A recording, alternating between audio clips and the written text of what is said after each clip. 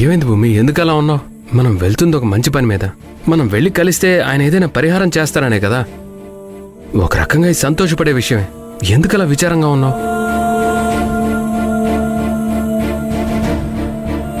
సమస్యకి పరిష్కారం చెప్తారేమో అనేసి ఇంట్లో సమస్యలు వదిలేసి వెళ్ళిపోతున్నాం.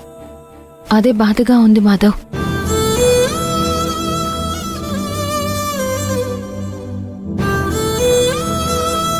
సమస్య వదిలేసి వెళ్ళిపోతున్నావా? ఏ సమస్య? ఏ సమస్య అంటావేంటి మాధవ్? మనం బయలుదేరి వచ్చేటప్పుడు అన్నయ్య వదిన ఇంట్లో లేరు. వాళ్ళు ఏమయ్యారో తెలీదు. వాళ్ళ ఇంటికి వచ్చాక వాళ్ళతో ఒక మాట చెప్పి వెళ్ళుంటే బావుండేదేమో అనిపిస్తుంది.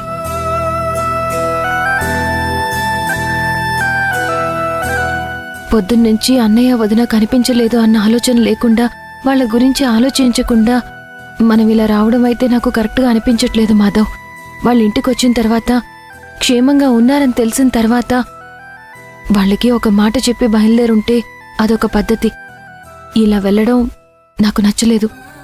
భూమి, అక్కొక్కతే కనిపించట్లేదంటే మేము భయపడేవాళ్ళం. అక్కతో పాటు బావ కూడా వెళ్ళున్నాడు. వాళ్ళకేమీ కాదు, ఏదో పని మీద వెళ్ళుంటారు. రావటం ఏదో ఆలస్యం అయి ఉంటుంది.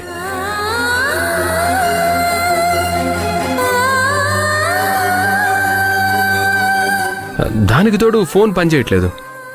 ఏమైందో ఏంటో అని మనం కంగారు పడ్డాం. అంతేగాని అక్క బావ ఏమన్నా చిన్నపిల్లలా ఏమైందో ఏంటో అని భయపడ్డానికి తప్పకుండా వచ్చేస్తారు. రాగానే అమ్మని ఫోన్ చేయమని చెప్పొచ్చాం కదా, అక్క బావ రాగానే ఫోన్ చేస్తారు. ఇంత దూరం వచ్చాం, ఇంతవరకు ఫోన్ రాలేదు. ఇంకెప్పుడు ఫోన్ వస్తుంది? కనీసం అక్కడే ఉంటే ఇంకో 4-5 చోట్ల వెతికేవాళ్ళం. వాళ్ళు ఎక్కడున్నారో తెలుసుకోవడానికి ప్రయత్నించేవాళ్ళం. నాకెందుకో మనసంతా అదోలా ఉంది మాధవ్. మనం ఇలా వెళ్ళడం బాలేదు. వెనక్కి వెళ్ళిపోదాం. కావాలంటే వాళ్ళని కూడా మనతో పాటు తీసుకుని వెళ్దాం. ఏంటి భూమి, నువ్వు ముఖ్యమైన పని మీద బయలుదేరాం. మా అక్క గురించి బావ గురించి మేము ఆలోచించుకుంటా ఉంటామా చెప్పు? వాడు చెప్పినట్టుగా అక్క బావుకి ఏమవుతుంది? చిన్నపిల్లలు తప్పిపోయారంటే భయపడాలి. వెళ్ళిన పని చూసుకుని తప్పకుండా వచ్చేస్తారు. రాగానే అమ్మ కూడా ఫోన్ చేస్తుంది. ఇప్పుడు వాళ్ల గురించని బయలుదేరి ఇక్కడి నుంచి వెనక్కి వెళ్ళడం మంచిది కాదు.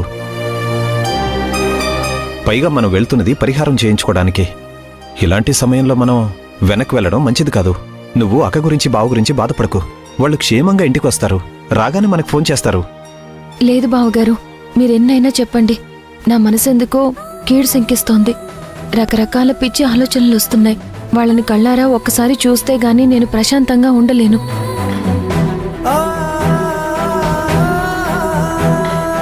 ఏంటి భూమి, నువ్వు మరీ పిచ్చిదానిలా మాట్లాడతావు? ఏదో ముఖ్యమైన పనిపడి ఉంటుంది, అందుకే చెప్పకుండా వెళ్ళారు. వెళ్ళిన చోట సిగ్నల్ లేకపోవచ్చు, ఫోన్ స్విచ్ ఆఫ్ అయి ఉండొచ్చు. దానికోసమని ఏదో జరుగుంటుందని మనం భయపడితే అలా? నువ్వున్నంత ధైర్యంగా నేనుండలేకపోతున్నాను మాధవ్. నా మనసైతే ఏం బాగోలేదు. అలా అని ఇటు ముందుకు వెళ్లాలో వెనక్కి వెళ్లాలో ఏమీ అర్థం కావట్లేదు. వదిన అన్నయ్య ఇంటికొచ్చారు అన్న విషయం తెలియకుండా మనం ఎక్కడికి వెళ్ళినా, ఎంత దూరం వెళ్ళినా మనసు మాత్రం అక్కడే ఉంటుంది. వాళ్ళ గురించి ఆలోచిస్తూనే ఉంటుంది.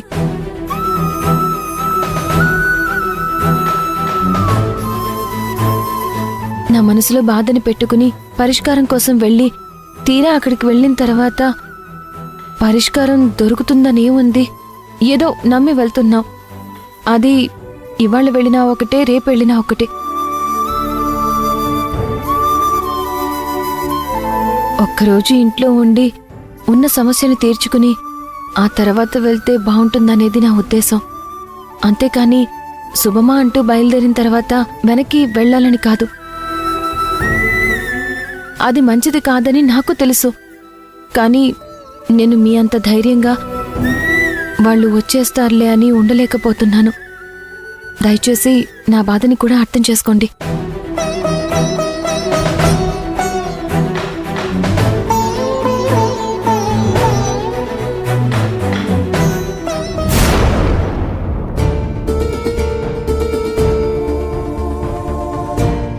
అమ్మా, మహా, ఏమైందమ్మా? అల్లుడు ఏంటి గారు దెబ్బలు? ఆ దెబ్బ ఎలా తగిలింది? సరే గాని ముందు కూర్చోండి. రండి రండి కూర్చోండి. రండి, కూర్చోమ్మా.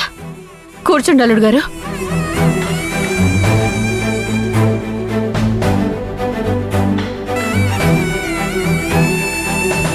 ఏమైందమ్మా? చెప్పకుండా వెళ్ళిపోయారు. ఎక్కడెక్కడో వెతికాం మీకోసం. అసలు యాక్సిడెంట్ ఎలా జరిగింది? ఈ దెబ్బలేంటి? ఏదో పని మీద వెళ్ళాం నాన్న. వెంటనే వచ్చేద్దాం కదా అనుకున్నాం. కాకపోతే దారిలో అనుకోకుండా యాక్సిడెంట్ జరిగింది. కనీసం ఇలా జరిగిందని ఒక మాట అయినా ఫోన్ చేసి చెప్పొచ్చు కదమ్మా. హ, ఫోన్ చేయడానికి ఆయన స్పృహలో లేరు. నేను డాక్టర్తో అవి ఇవి మాట్లాడుతూ మర్చిపోయాను. ఇప్పుడు వెంటనే వచ్చేసాం కదా. ఇప్పుడేమీ కంగారు పడాల్సిన అవసరం లేదు కదా.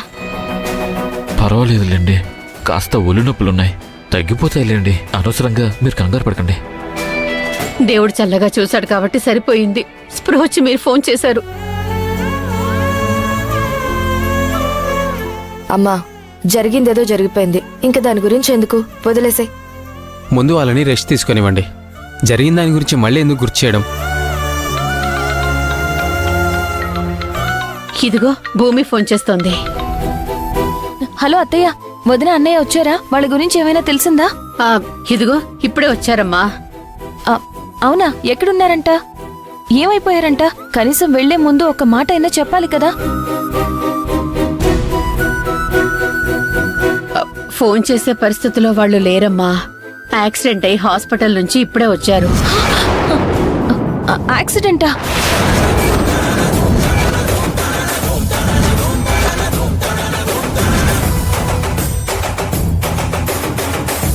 ఏం కాలేదు కదా? ఇప్పుడెలా ఉంది వాళ్ళకి? అబ్బే, భయపడాల్సిన అవసరం ఏం లేదమ్మా. ఏదో పని మీద వెళ్తుంటే చిన్న యాక్సిడెంట్ అయిందంట. ఇదిగో ఇందాకే మహాలక్ష్మి ఫోన్ చేసి వెంటనే ఇంటికొచ్చేశారు. యాక్సిడెంట్ జరిగిందంటే ఎలా ఉందో ఏంటో. మేము తిరిగి వచ్చేస్తానులే అత్తయ్య. అయ్యయ్యో, పర్వాలేదమ్మా, బానే ఉన్నారు. ఇబ్బంది కూడా ఏం లేదు. ఇదిగో కూర్చొని మాతో మాట్లాడుతున్నారు కూడా. మీరు పని మీద వెళ్తున్నారు. ఆ పరిహారం ఏదో పూర్తి చేసుకుని రండమ్మా. అదేంటత్తయ్య అలా అంటారు? వదిన వాళ్ళకి యాక్సిడెంట్ జరిగిందని తెలిసిన తర్వాత కూడా పట్టించుకోకుండా ఎలా వెళ్తాము? ముందు అన్నయ్యని వదిన్ని చూసి కావాలంటే తర్వాత వెళ్తాం. అయ్యో అమ్మా భూమి,